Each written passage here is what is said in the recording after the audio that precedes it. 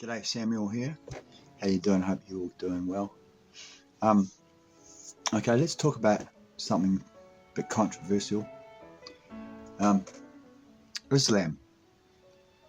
Now, today, in modern times, with a lot of immigrants coming into countries all around the world, Western countries, flooding them with copious amounts of human beings from the East, bringing their religion with them.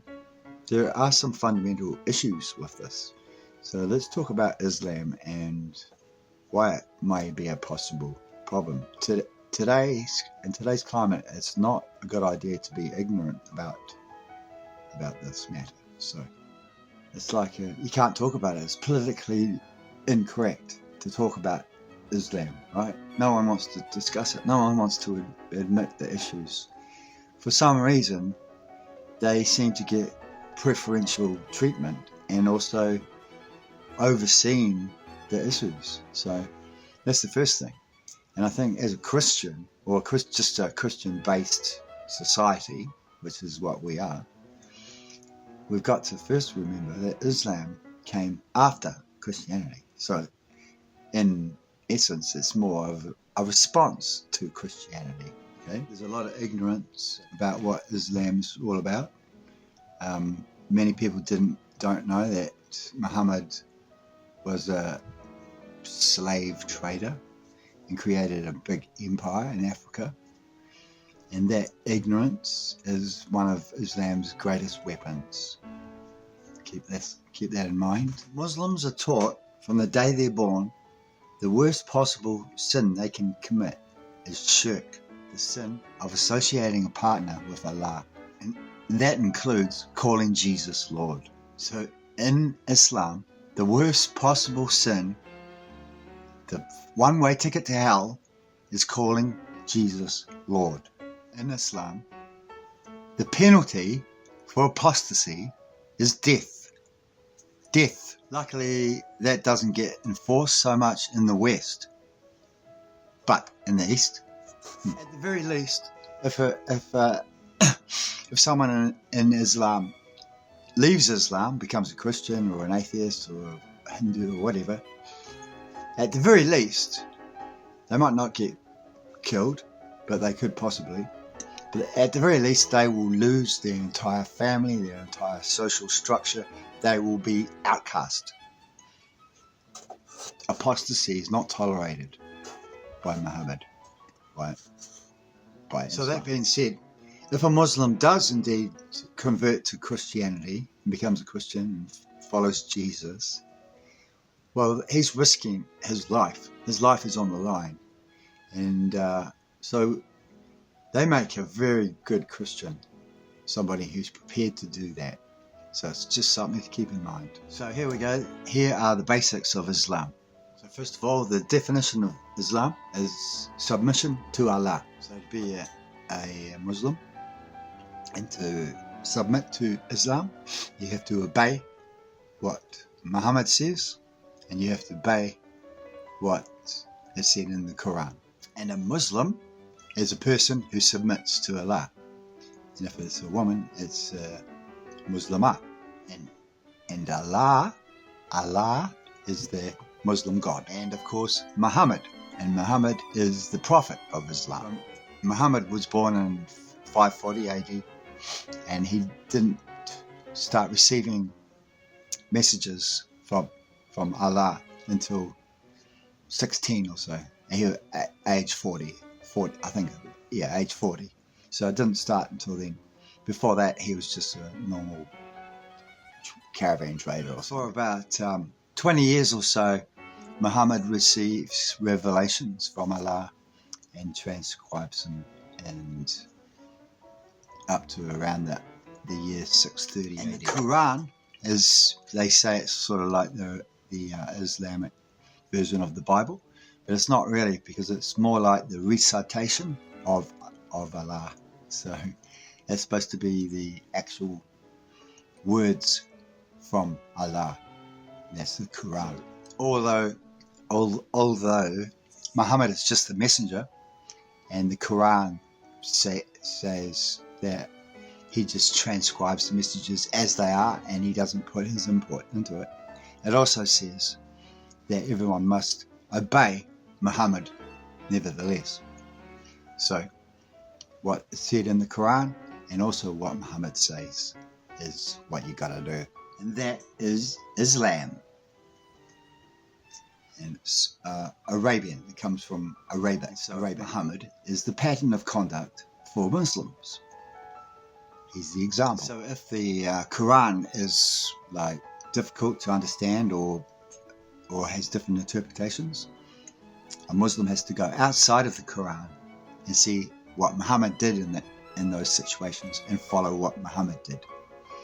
And that is written into the Quran as what you should do if you get to a point where you don't know what to do, you can't work out what the Quran actually means, then you follow Muhammad's example. And all of those instances where Muhammad teaches how to proceed in situations, that is called the Hadith.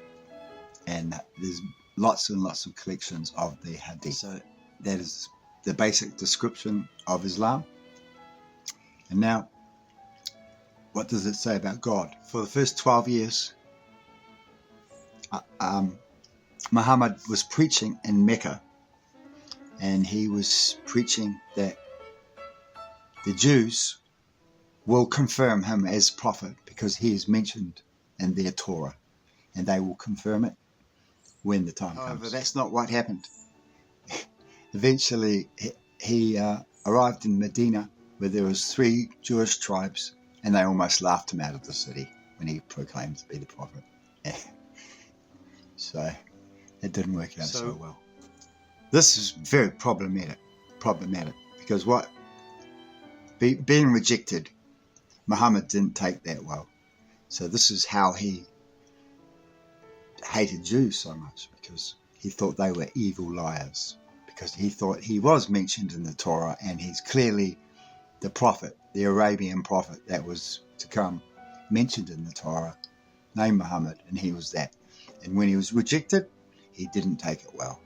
And this is how he developed such a hatred for Jews. The Jews were supposed to be his allies, but they turned out to be his enemies. So from that point onwards, he preached to kill all the Jews. So at that point, it was, in his mind, it was, well, if it's not all 3 Jews, Christians, and Muslims together, then it's just Christians and Muslims against Jews.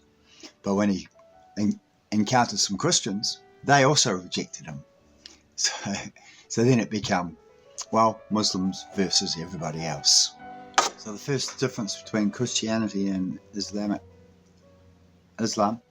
is that Muhammad didn't believe in the Trinity. There was no Trinity.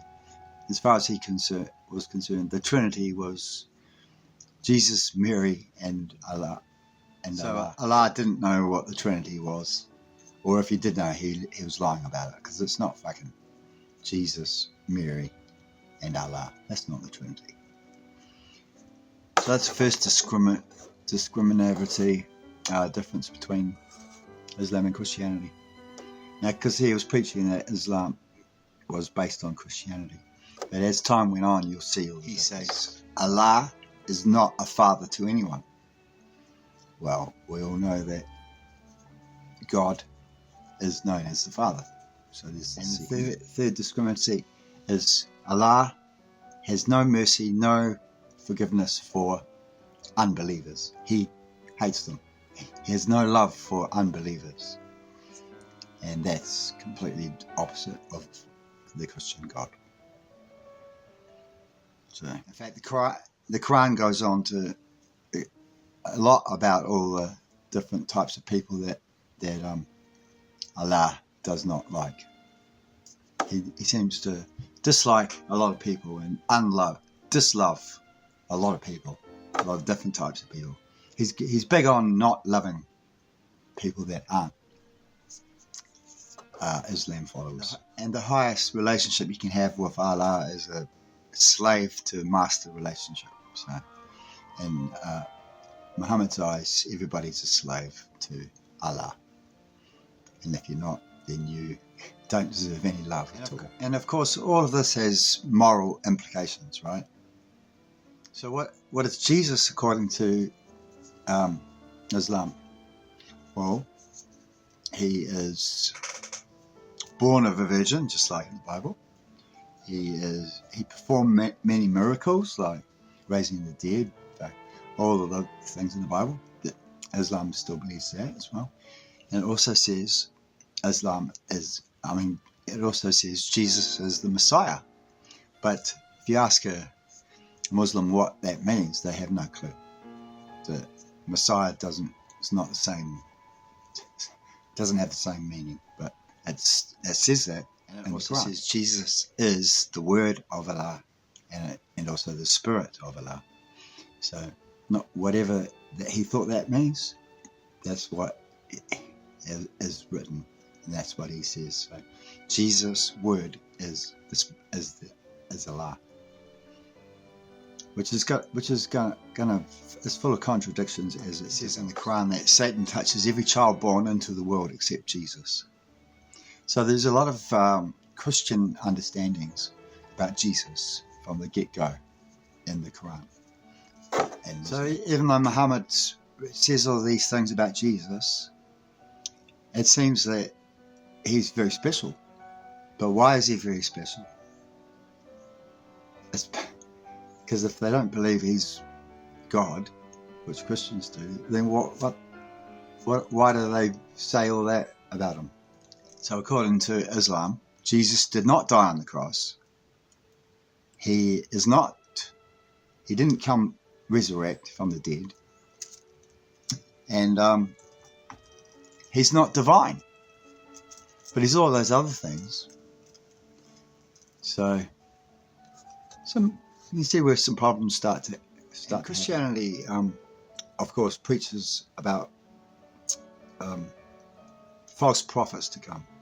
Well, Muhammad is the first major false prophet, and it's pretty obvious as is explained, as Islam is understood. So he agrees with pretty much everything about Jesus, the miracles, born from a virgin, sinless life, etc. Just three little things he didn't quite get, and that was he died for our sins. He rose from the dead, and he is divine. Apart from those three things, we're all good, mate. What does the Qur'an say about Christians? Well, at first it says that they're friends and they're compassionate and loving. But that doesn't stay like that for long. Anyone who believes in the deity of Christ, the God, is an unbeliever. That's the first thing. Or Christians who are unbelievers are the worst creatures. So it says, that's the next thing it says. It actually says that Muslims must not be friends with Christians, and Christians are to be fought and subjugated for their disbelief. Muslims must not be friends with Christians or Jews, for that matter. After that, it goes on to say that Jews and Christians must pay a tax, or pay a tax for the right to have their unbelief. And although that's bad enough, this is in a Muslim society, right? In an Islamic society. If you're a polytheist, you either convert to Islam or you can be killed. And so we've got it better. Jews and Christians have got a little bit better than polytheists, but still, that's what it says about Christians. Now, what does it say about the Qur'an? Well, firstly, it says that the Qur'an is free from contradiction or error. It's literally excellent in all aspects and can't be surpassed. And Allah protects the Qur'an from any corruption. So those are the first three things it says. So what does the Qur'an say about Muhammad? Well, Muhammad is a pattern of conduct for Muslims. He's also the seal of all prophets And earlier prophets spoke about Muhammad. So that means with the Torah and other scriptures were supposed to acknowledge Muhammad, but it's not the case. But that's what it says in the Qur'an. So the next thing is what are the main objections to Christianity that Muslims have, that Islam has? The first one, they say, is the Bible has been corrupted. The Trinity doesn't make sense. Can't be true, this. What, Jesus, Mary, and the third one they have is, they ask, where is God? Where did Jesus say, I am God? How can God die? So, as Christians believe Jesus died on the cross, and if he's God, how can God die? That's one of them. One of the main objections is, how can God punish one person for the sins of another person? The next common objection is, if Jesus died for your sins, then why can't you just sin all you want? So those are the common objections that Muslims have against Christianity. And they're all pretty easily answered, really, aren't they? You'll see some pretty heavy things that Muhammad says about Christians and Jews, and how they can pay for the sins of any Muslim in hell. Passage 666, 667, 668. Go and look those up. So the Qur'an overall is just full of errors. The arguments are just ridiculous. Every argument they have, every common objection to Christianity they have, it can be easily argued against. It's just completely flawed. If you don't believe me, read the Qur'an. It's just the way it says things, it states things. It's so unclear. For example, how it says to someone who believes in Islam, a believer must fight Christians and non-believers. Well, what does that mean? And if you asked a good person who's a Muslim, they'd probably say, well, they would say, that means in self-defense. But why doesn't it say in self-defense? Why does it say it in a way that you just must fight somebody who doesn't believe? Because that's how it reads. No, so it's full of things like that. It doesn't. It's nasty. It's basically nasty. And if you're not a believer, you're scathed upon. Some of the verses of the Qur'an were eaten by sheep. I kid you not. You would have heard how Islam's the fastest growing religion. Well, that's not because everyone's converting to Islam. It's because the people who already are Muslims have the highest birth rates. That's what it actually refers to. Anyway, so that's a basic introduction to Islam for me as well, as I researched it to say it. And also, you can see a few issues starting to arise. Well, I'm just going to stop this talk now. And I haven't even begun to talk. We haven't even mentioned women or human rights issues, right? Or the actual punishments that go on, or the actual things that happen from Muslims following Muhammad. We haven't even begun to talk about any of that. And so I've just laid down the basic kind of introduction to what Islam is about. And hopefully you can see where some problems might arise from there. But we haven't actually talked about the problems yet. But anyway, so I hope that was useful and worth your time. Check me out next time and take care. I'll try and come back with some more interesting information.